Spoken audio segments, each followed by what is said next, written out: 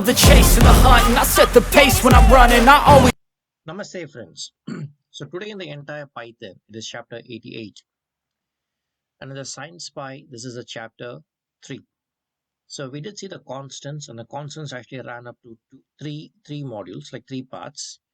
And we saw it had like some 13 or 14, functions, which we actually described in detail. I think you should have actually needed all those 13 or 14. So that is why I put it in 3 different parts. So today we are going to get into something called as an optimizer. This optimizer, I'm actually planning on making it into a 2-part lecture, and I have my reasons. First, let's actually understand what an optimizer is. Let's actually understand what it does.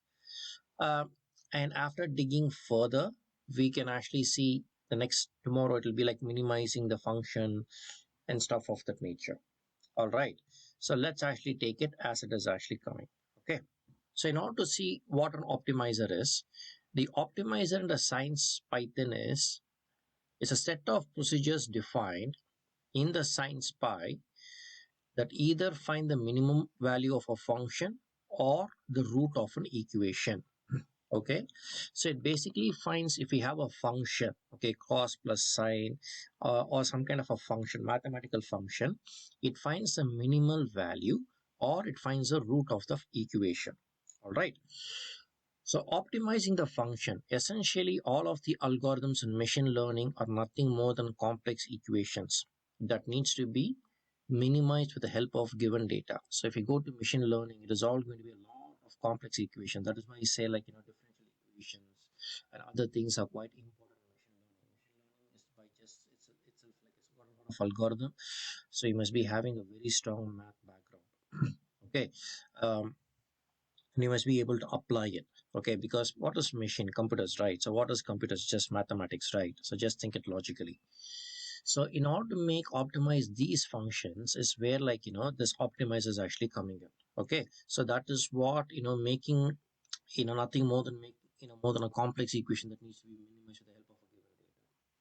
Now if they say a root of an equation is here, the numpy is capable of finding the root of polynomial and linear equation, but it cannot find roots for non-linear equation like this one. Okay, so the numpy is basically for the polynomial and linear equation, but not for the non-linear, like x plus cos of x. So this x is there plus cos of x, it can't actually find. For that, you can actually use a SciPy optimize.root function. So if you actually use the optimize.root function, in that case, you can actually find for non-linear. This function takes 2 required arguments. One is a function representing an equation, and the x an initial guess for the root. The function returns an object with information regarding the solution. The function actually returns an object with information regarding the solution. The actual solution is given under attribute x of the return object. All right, is given under the attribute x of the return object. All right, so let's actually find an example. Find the root of equation x plus cos x. So as I said, like, we need to do we can't find it in numpy, so we need to use the SciPy.optimize.root. Okay, so import root. Okay, so this is what we have to do, and this is exactly what we have to take. Okay, so the thing for you here is you need to take the SciPy.optimize import root, SciPy.optimize and import root from math, import this thing cos function. Okay, because we're using a cons function here, we're defining an equation x, we say return x plus cos of x, and then we say my root. Okay, we give some mathematical function, and then we say print my root dot x. Okay, so this is what we are doing. So when we run, this is the answer that we get. See how easy it is to actually get it. Okay, so this is what our SciPy optimizer has actually done. All right, now if you want to find all the information about the solution, you can just say, like, all the information about the solution. Okay, you can just say print my root.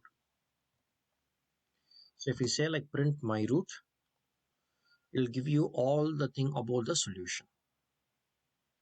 This is what it is. All right, so that is why I'm going to stop it here, because I think this itself is quite big, and tomorrow we can actually go for minimizing the function. Maybe we will also cover a little bit about what we actually covered today, so that, like, you guys can actually grasp it better. All right.